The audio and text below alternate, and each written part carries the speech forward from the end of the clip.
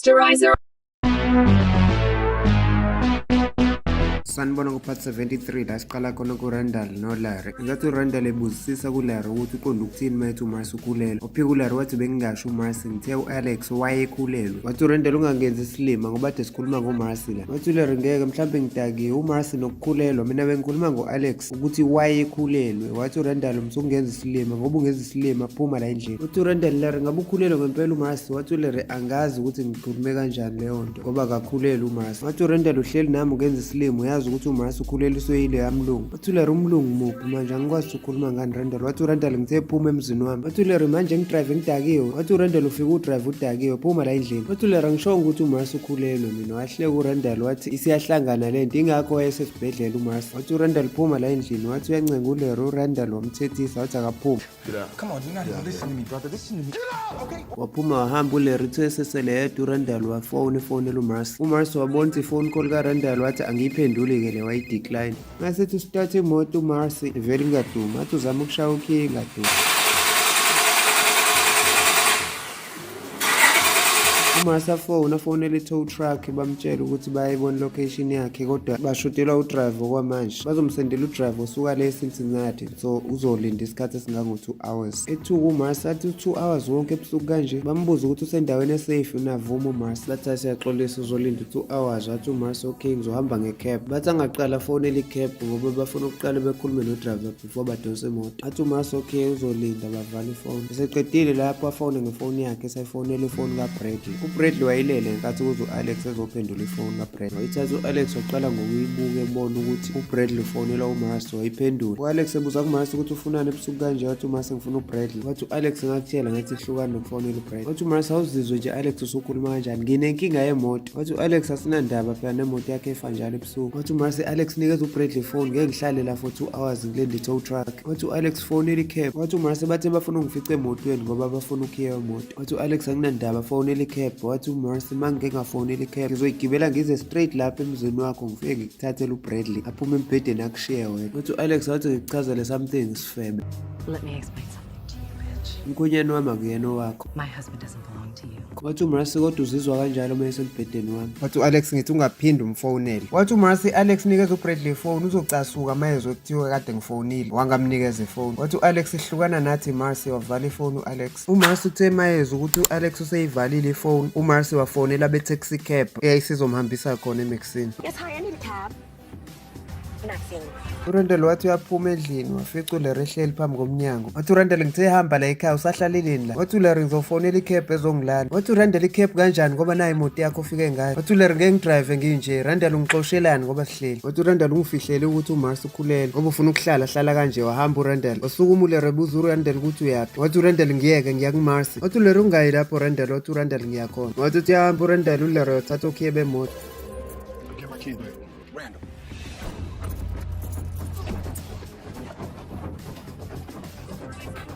uAlex wawuzwa lo msindo wabantu abalwayo ngesikhathi uLarry noRandall bebhuduzelisana bebanga ukhiye wemoto. Wavuka uAlex embhedeni wayewindeni for ukuyolunguza ukuthi kwenzakalani. Mayilunguza uAlex ngaphandle wabona ngempela amadoda amabili kuwo ngaphansi nongaphezulu phakathi kaRandall noLarry. Ingathi uLarry seklinye uRandall ekhala ngokuthi akamdedele. Ethi uLarry uyangithembisa ukuthi uzoyiphatha kahle manje uzoyehlisa umoya. Wavuma uRandall wathi ngizoyehlisa umoya ngikudedele. Wamdedela ngempela uLarry. Basukuma bobabili uLarry noRandall bathi ukuzulazula. Waphinde wasuka uRandall ethi yoxavuna uLarry. Bathi besabambene kanjalo uRandall wathi ubuka phezulu wabona uAlex ebalunguze ewindini. uRandall wamemeza uAlex ukuthi yini usibukani wena. Wathi ngabe ufuna lento wena ngesikhathi eqaqa ibhande lebhlue uRandall. uAlex wavala ikhethini eqhubeka nokuhleka uRandall ethi vele ubufuna ukubona lento. uLarry mkhuze ethi ungayenzi lento uRandall. Wabuya uAlex wabuyela embhedeni engayekile ukumemeza uRandall kwaze waphaphama uBradley ethi yini lento ebangumsindo kanje. Wathi uAlex uRandall khona umunye ubhuti alwa naye la ngaphandle. Wathi uBradley ngathi lowo bhuti angamshaya. Wabuya lapho uRandall wabamba uLarry wayomncikisa ngemoto yakhe. Wathi ngithe hamba ekhaya wena. Wathi uLarry angiyindawo ngikutshelile. Wathi uRandall ngiyacela Larry njengomngane. Wathi uLarry khuluma Randall ngingakwenzela noma yini mngane wami. Wathi uRandall ngiphendule ukuthi uMars ukhulelwe noma cha. Wathi uLarry angikaze ngisho leyo nto mina. Wasuka wahamba uLarry. Wathi uRandall uyapho. Wathi uLarry ngiyolala endlini kamngane wami. Wathi uRandall ngithe hamba ekhaya Larry. Wathi uLarry angiyenzi leyo nto. Wahamba uLarry wayongena ngenkani endlini kaRandall. uEsperanza wayehlele embhedeni ebuka isithombe sikaSteven efonini. Ubuyahleka azifiwe ngezoom. Wabuya wakhuluma yedwa wathi wathi angeke lento wabuyile ngubeni walala. uNatalie kwakhala iselfoni yakhe ngesikhathi evuka iphendula. uNatalie wayifonela uKelly ngesikhathi uKelly ebuza kuNatalie ukuthi ukhona noLucian ngoba kukhona umuntu amuzwe ehamba emva kwendlu. wathi uNatalie no, uLucian usesemsebenzini kodwa khululeka Kelly ngiyeza lapho manje. waphuma uNatalie embhedeni wagqoka wavula edrowini lakhe naye wathatha esakhe isibhamu. wahamba uNatalie waya emzini kaKelly wafika wamnokhela waphuma uKelly wathi uNatalie ima kanje Kelly ngiyabuya mina mangeke ngathola ukuthi udrivers ngizomsakaza ubuchopho ngenhlamvu. wathi uKelly unesibhamu wathi uNatalie nginaso sisemthethweni. wahamba uNatalie esephethe isibhamu sakhe ejekela emva kwendlu kaKelly.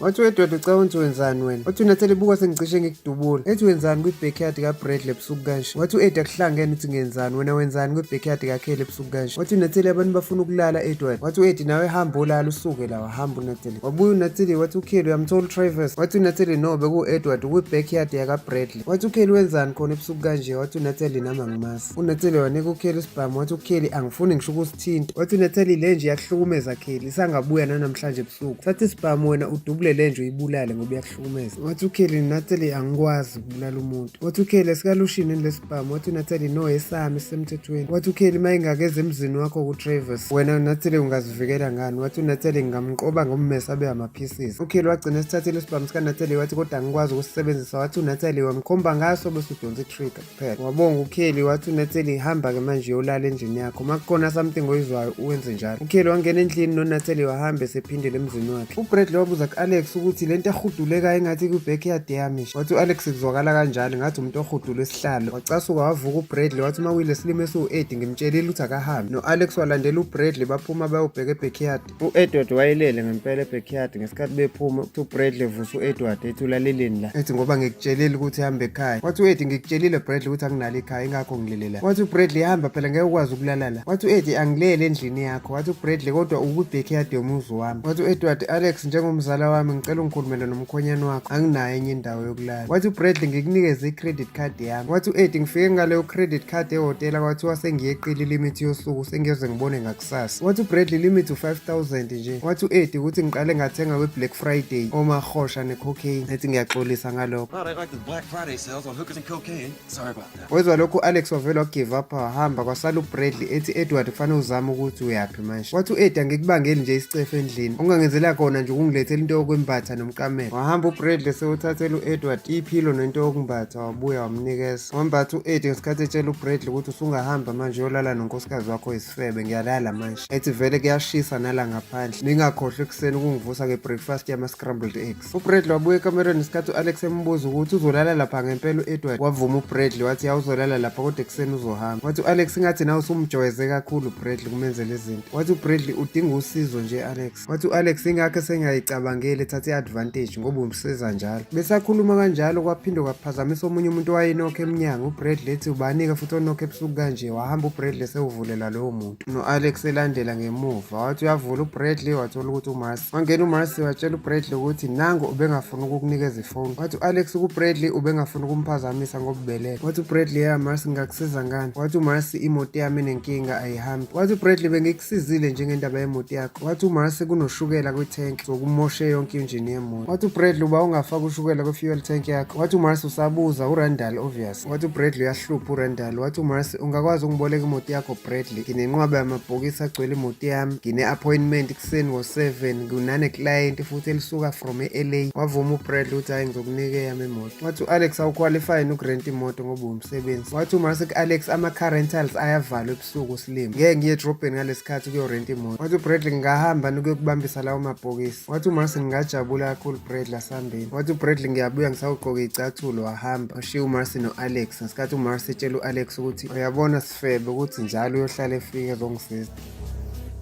See, bitch? He's always gonna come rescue me. Wathi u-Alex nizothi maniphuma ngalo mnyango nami ngizohamba ngiyotshela uRandall ukuthi ukhulelwe ingane yakhe. Wathi uMarcy yazi ngabe usuhambile kwamanje. Wabuke washo uMarcy wathi okay ngaleso sikhathi siyobe sesihave sex nomkhwenyana wakho uBrad. Bathe besakhuluma wabuya uBradley nkathi etshela u-Alex ukuthi uyabuya. Wathi u-Alex okay ngizokulinda. Wathi uBradley no lala ngazi ngizobuya nini ungangilinda. Wathi u-Alex khululeka ngizokulinda ngesikhathi esondela kuBradley umqabule. Bathe sebehamba wathi uMarcy ngathi uzolinda kuze kuseke ngoba ngeke azabuye manje baphuma bahamba. Wasala yedwa ecasukile u-Alex ecabanga. ULucian wano Kensington kaKelly. Who is it? uLucian wangena watshela uKelly ukuthi ngebhadi bamdedelela uTravis. uKelly wayesefuna ukukhala ethi Lucian le ndoda engihlukumeze ngayo yonke indlela ethi uyimoshile impilo yami kodwa manje nina nimbophi nemdedela. Wathi uLucian sizazama ukuthola into ezomiyamanisa namacala. Wathi uKelly leyo nto izothatha isikhathi esingakanani. Wathi uLucian ngeke ngikwazi ukukutshela. Wathi uKelly kufanele aze aqala ngibulale ukuze nenze something. Wathi uLucian ngeke ngimvumele ukuthi enze leyo nto uKelly. Wathi uKelly uzokuvimba kanjani lokho Lucian ngoba usekuqaleni ubungazi nokuthi ubekwe backyard yami. Ethi uKelly Lucian angikho right ngifuna impilo yami back ngifuna inkululeko yami back. Oh, I'm not okay. I want my life back. I want my freedom back. Wathi uLucian sizomthola Kelly kululeka. Faka inamba yami ku-speed dial uma ungidinga ungifonele. Ngila kamakhelwane uma ungidinga. Wena into engifanele uyenze manje onisa i-alarm yakho uvala ama-window khiya iminyango. Wathi uKelly okay. Wathi uLucian usuyolala kahle Kelly. Wahamba uLucian. Waphuma uLucian wasala uKelly wakhiya umnyango wa-onisa i-alarm yakhe. Wahamba uLucian esebuyele emzini wakhe mayethi uyangena wafica uNatalie ehleli kusofa embuza ukuthi kanti awulele. Wathi uNatalie cha ngilele bengisawusiza uKelly ngoba ubezwa sengathi kukhona umuntu ohamba emva kwendlu yakhe. Wathi uLucian bekuwu-Travis wathi uNatalie kanti uphumile uTravis ejele wavuma uLucian. Wathi uNatalie bekuwu-Eddie. Wathi uLucian ubenzani u-Eddie kwi-backyard kaKelly. Wathi uNatalie ube kwi-backyard kaBradley. Wathi uLucian kufanele phela vele sawupequlule sawuqeda umuzi wakhe sinama-FBI sifuna ama-drugs. Wathi uNatalie wona upequlule njengokaKelly. Wathi uLucian kuwest kunokaKelly. Wathi uNatalie pho ukhishwe kanjani. Wathi uLucian kunesinye isizathu esenze singambophi. Wathi uNatalie vele ngiyazi ngeke ungitshele kodwa uKelly ngimnikile isibhamu sami. Wethuka uLucian wathi bekungamele wenze leyo nto uNatalie. Wathi uNatalie bengizokwenza njani Lucian ngithi wangiphuca lesokuqala. Wathi uLucian phela lesokuqala sasikade sitshotshwe kwi-victim yobugebengu. Wathi uNatalie makunjalo uKelly ngimnikeze esami. Wathi uLucian ngiyosilanda manje. Wathi uNatalie ungayenzi leyo nto Lucian yazi ngithema ngimnika uKelly ngambona ehla nokwethuka eba nethemba. Ngicela simnikeze Lucian alale naso at least ngingamtsheleka nesafe yami kusasa for ukuthi singathola ujustice. Wathi uLucian kusasa kuseni ngiyosithatha leso sibhamu kuKelly. Wathi uNatalie lesi sibhamu esikhuluma ngaso Lucian isibhamu sami usemthethweni. Wathi uLucian ukuthi isibhamu sakho sisemthethweni noma cha ngiyosilanda kuKelly kusasa ekuseni. Mase siya kwi-backyard kaRandall. uLarry wayibuza kuRandall ukuthi iphi-ke le ndlu yakhe yamathuluzi. Ethi ngifuna ungikhombise yona Randall ngabe iyona leya. Wavuma uRandall wathi iyona leya. Wathi uLarry okay iyona-ke indlu yeyimanga le. Wabuya wazoncoma uRandall wathi intombi yomlungu endlini yamathuluzi. Ngiyakuvuma namhlanje mngani wami uyindoda. Ngesikhathi bexoxa bedake uLarry noRandall waze wavuka u-Edward zabantu abaxokozela abakhulumayo. Wahamba u-Edward esondelela ngakhona elalela inkulumo. Ngesikhathi uLarry eqhubeka ebuza kuRandall ukuthi ngabe indlu yakhe leya. Wavuma uRandall ethi uLarry yonke lento ubuyenza nje phambi kaMarcy umfihlele elele la endlini kodwa engaboni. Ethi uRandall kanti ngubani mina. Ethi uLarry hayi ngikwazi kahle mngani wami phela mina nasi nerekhodi elingcolile ukukhohlakala esasikwenza. Ngesikhathi beqhubeka nokuphuza ithekwila kade bephume nayo endlini. Wathi uLarry yazi khona into esengicabanga ukuyenza manje. Wathi uRandall awukahle la rodakiyo manje indaba ozokuloku ucabanga izinto ozozenza. uEdward wamemeza wathi yona sitabane usofuna ukulala noRandall manje. Ethi uEdward Randall usofuna ukuyohave sex naleso sitabane endlini yamathuluzi. Wathi uRandall wena uzofunani la ebusuku kanje. Wathi uEdward angikho kwi-backyard yakho wena Slim. Wathi uLarry Randall ubanike lo. Wait, who is this? Wathi uEddie ngiwu-Eddie wena ubanike ma'am. I'm Eddie. And who are you, ma'am? Wathi uLarry woza la sophuza. Wathi uEdward ngiphuza namadoda ngiphuzi neyifebe mina. Wathi uLarry hayi khululeka woza manje sophuza. Kuzoba mnandi ukuhlala nawe wamkhuza uRandall wathi ngisukubiza lo. Wathi uLarry miyeke Randall ngifuneze la. Ngathi uLarry buza ku-Edward ukuthi uyasaba yini woza la. Wathi uEdward ngingasaba nina mina wathi ngize lapha. Weza uEdward ngesikhathi uRandall ebuza kuLarry ukuthi umbizelani. Wathi uLarry ngithi amkhumbula uMichael lesambulala nawe ngoplastic nalona ngifuna simbulale kanjalo. Wahleka uRandall wathi kanti ubuza ngaleyo plan. U-Edward wangena wababuza ukuthi niphuzani-ke nina amantombazane. Wathi uLarry siphuza i-tequila ngesikhathi u-Edward ethatha ibhodlela ebatshela ukuthi ngeke ngisebenzise iglasi yeni mina. Wathi uRandall ngathi ungakubulala lowo gologo uphuza kanjalo. Wathi uLeray akuyona indlela yokukhuluma nomakhelwane leyo. Wathi uRandall akuyena umakhelwane wami lo. Wathi u-Edward vele akuyena umakhelwane wami lo. Mangakutshela wona umngani wakhe lo walala nonkosikazi kamngani wami. Lo nkosikazi kamngani wami uphinda abe umzala wami. So lesilima besimthatha njalo somvalela kule ndlu yamathuluzi. Benze lento nina bese nicabanga ukuyenza khona la endlini yamathuluzi. uLeroy wabuza ku-Edward ukuthi kungakanani ukuzwe esikhuluma. Wathi u-Edward ngikuzwe konke, especially ngalesikhathi usumtshela ukuthi khona into ucabanga ukuyenza naye ngoba uyayibonekalela ngisho ebusweni ukuthi uyisitabane. Wathi u-Edward manje wena uyini kuRandall? Wathi uLeroy wena uyini kuRandall? Wathi uRandall le ndoda le yangihenga ngentambo eplazini likamalume wayo isingibulala nabanye abelungu bangakuba banobandlululo. Wathi uLeroy oh ingabe iyona le ndoda wawuzongiklima ngayo? Wathi u-Edward mayelana nani? Wathi uLeroy phela ngiyiloya mina. Wathi u-Edward athi nginiyeke ngiphuze lo butshwala beni. Ngesikhathi esephuza u-Edward wababuza ukuthi ayikho enye into eninayo strong kunale. Wathi uLeroy khululeka sinayo yonke inhlobo yakho lokho ngisawukuthathela. Wahamba uLeroy wathatha leyo tequila. Sebesele u-Edward ubuza kuRandall ukuthi namanje usafuna ukulala no-Alex. Wathi uRandall no sengashaya ngadlula lapha. Umuntu esengizolala naye manje u-Esperance ngoba unalolu hlobo lwesinqe engilithandayo. Wathi u-Edward vele lolu hlobo labantu abanjengawo bayalithanda uhlobo lwesinqe olunjengolika Esperance kodwa bengeza ukulithola. Wathi uRandall uqonda ukuthini mawuthi uhlobo labantu abanjengami? Wathi u-Edward ngiqonda ukuthi abantu abamnyama ngesikhathi ukugcizelela ublack. Wathi uRandall uhlulwa nawukulifihla ubandlululo ukuthi lisemzimbeni wakho. Uthi mesathi uyaqhubeka nokukhuluma u-Edward wafika uLeromboza ngoplastiki.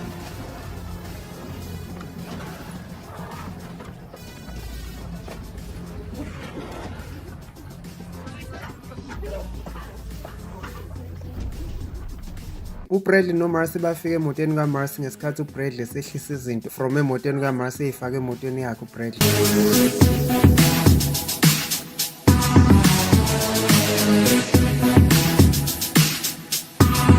Uthe seqedile ukuthulula lezo zinto uBradley wabuya wazobuza kuMarcy ukuthi kwenzakalani ngoba lamabhokisi azombambisa wona empty. Wathi uMarcy wena ucelile ukuzongisiza kanti nami futhi bengikukhumbula ngifuna ukukubona. Wathi uBradley Marcy ngicela uyeke ukwenza lento. Wathi uMarcy ngizoyeka kanjani ngoba ngiyakukhumbula nawe kufanele ungisize ngikwazi ukukhohlwa wena. Wathi uBradley ngabe Marcy wena waphantshisa isondo lakho ngalela langa nawushukela ufake namhlanje emotweni yakho? Waphika uMarcy wathi no angikaze ngizenze lezo zinto mina angihlanye ekhanda. Wathi uBradley mawukuthi uRandall wenza lezo zinto kumele ufonele amaphoyisa. Wathi uMarcy ngizotshela amaphoyisa azongifuna ubufakazi ngingenabo. Wathi uBradley kodwa nawe Marcy hlukana nokungifonela ebusuku sesibuyelene no-Alex manje ngifuna silungise izinto mina naye njengabantu abashadile. Wathi uMarcy mawucabanga izokwenzeka leyo nto ekhona nomakhelwane noRandall. Wathi uBradley ngizama ngayo yonke indlela noma naye uRandall esazama ukwenza lezi zinto zakhe. Wathi uMarcy wenzeni? Wathi uBradley ubefaka i-flight light ekhanyisa ekamereni lethu ngaphambi komuzi wafaka ikhamera ene-motion sensor edetecte entrance ne-entrance emzini wami. Wathi uMarcy mkhuba kaRandall engimaziyo-ke lo. Wathi uMarcy manje Bradley ngenze njani mina uma ngikukhumbula? Wathi uBradley ibekezelele lento izodlula Marcy. Wathi uMarcy akulula ukuthi idlule lento kwanamhlanje bengikade ngihave dinner nomunye ugayo attractive kodwa nje umuntu bengicabanga wena Bradley. Wathi uBradley ngiyaxolisa Marcy ngithanda u-Alex mina. Besakhuluma kwakhala i-cellphone kaBradley ngathi uMarcy ebuza ukuthi uyena u-Alex lo fonayo. Wayithatha uBradley waphendula ifone wayifonela Alex embuza ukuthi useqedile yini. Wathi uBradley yangisendleleni eza lapho. Waqeda ngaleyo phone call uBradley watshela uMarcy ukuthi asambe bangena emotweni kaBradley bahamba. Kwi-backyard kaKelly uTravis weqa esezongena ukwenza umkhuba yakhe.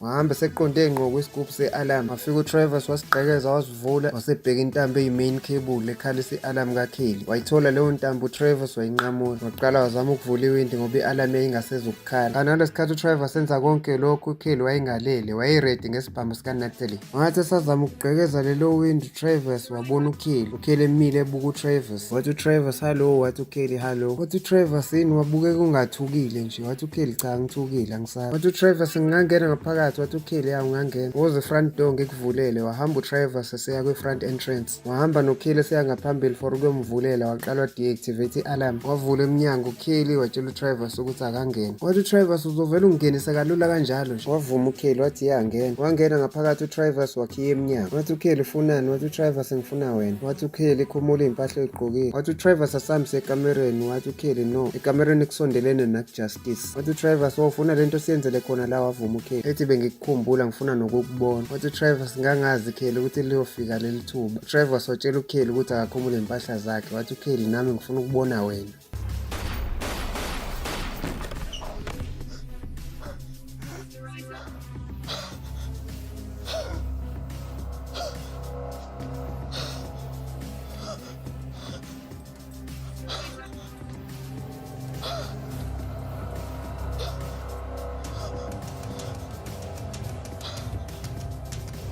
Siyayibeka lapha namhlanje ungaphuthelwa episode elandelayo uploada kungekudala.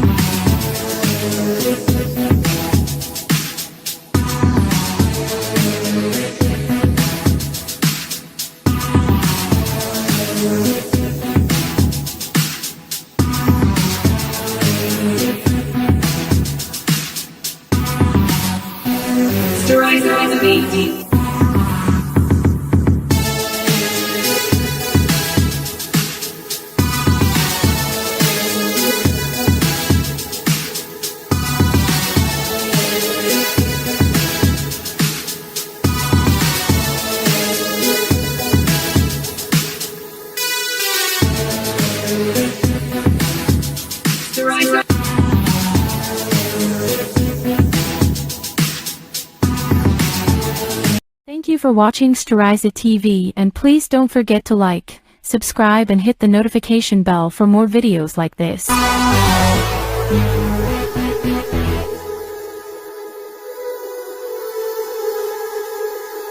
Styriza TV.